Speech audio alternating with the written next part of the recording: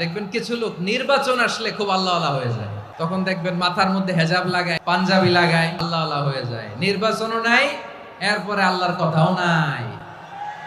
আছে না নাই? না, এরকম হওয়া যাবে না। সব সময় আমরা আল্লাহরে ডাকবো, বিপদে আপদে সব সময় ভরসা রাখবো আমরা একজনের উপর। আওয়াজ করে বলেন, তিনি কে? এ কথাই আল্লাহ তাআলা আমাদের চোখে আঙ্গুল দিয়ে জানিয়ে দিলেন, ফাইদা রাকিবু ফিল ফুলকি দা'আউল্লাহা মুখলিসিনা লাহুদ্দিন ফালাম্মা নাজ্জাহুম ইলাল বাররি ইযা হুম ইউশরিকুন।